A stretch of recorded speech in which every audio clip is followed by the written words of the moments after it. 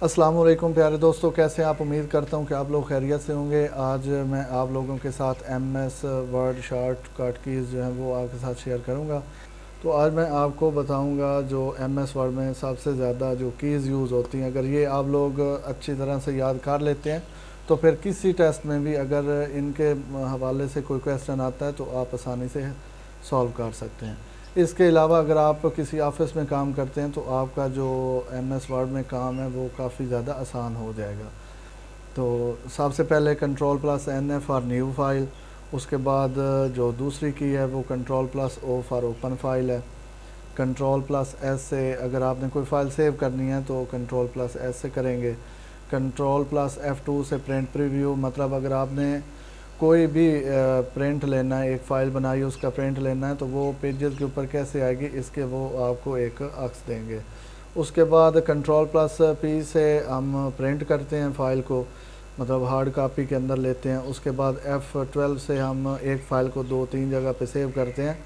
और उसके बाद कंट्रोल प्लस वाई है और इससे रीडू है, मतलब बार बार टाइप करना। अगर एक चीज़ आपने टाइप की है उसको बार बार टाइप करना है तो रीडू करेंगे। उसके बाद कंट्रोल प्लस जेड आंडू कमांड है, मतलब कोई भी आपने चीज़ लिखी है उसको आपसे गलत हो गई है तो कंट्रोल प्लस जेड करके पिछले स्टेप पे जाके फिर उसको दोबारा लिख दें।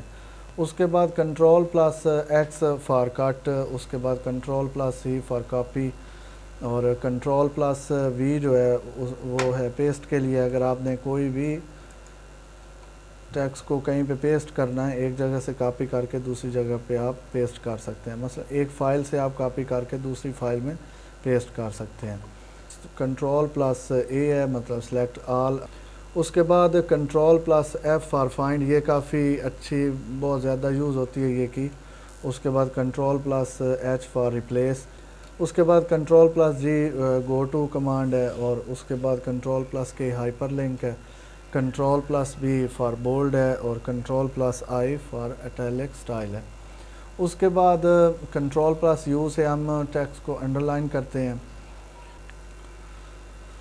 कंट्रोल प्लस ब्रैकेट स्टार्ट से हम इसका फ़ॉन्ट साइज़ जो है वो रिड्यूस करते हैं फ़ॉन्ट का। उसके बाद फिर कंट्रोल प्लस ब्रैकेट क्लोज़ है, इससे हम फ़ॉन्ट साइज़ को लार्ज करते हैं। उसके बाद F7 है, ये स्पेलिंग और ग्रामर को चेक करने के लिए हम लोग इसका यूज़ करते हैं।